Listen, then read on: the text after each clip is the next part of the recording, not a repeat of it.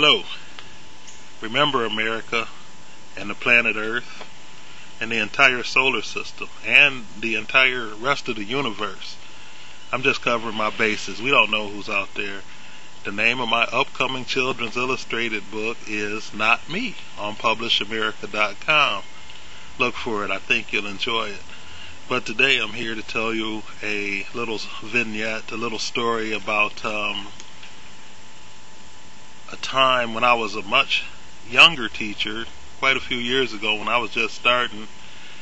I had a mentor teacher, and she came to me. She said that some of my students were complaining about me. They were saying that I was being much too much like a dictator.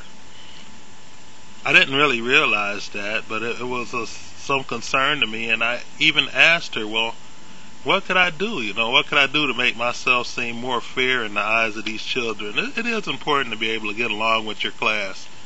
It's hard to teach people who think that you're not fair.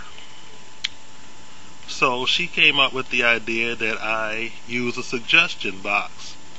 And so I did. I made a suggestion box, and I talked to the class about it and introduced the box to them and told them if they had suggestions for me that they wanted to submit anonymously, that I would consider them. I would even take the time and read them to the class.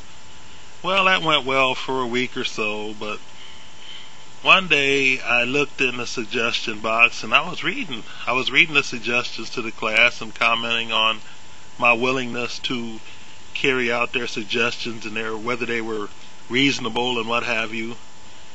But I read this one and my ears just started burning. I quote, the little note in the box said, Mr. Williams is a fat, gay guy. Well, that wasn't a suggestion at all, and I certainly wasn't going to read it to the class. Also, I had to figure out what to do with the suggestion box. I guess I could have been a little more savvy, but the bottom line is the very next day the box was gone, and I never used it again.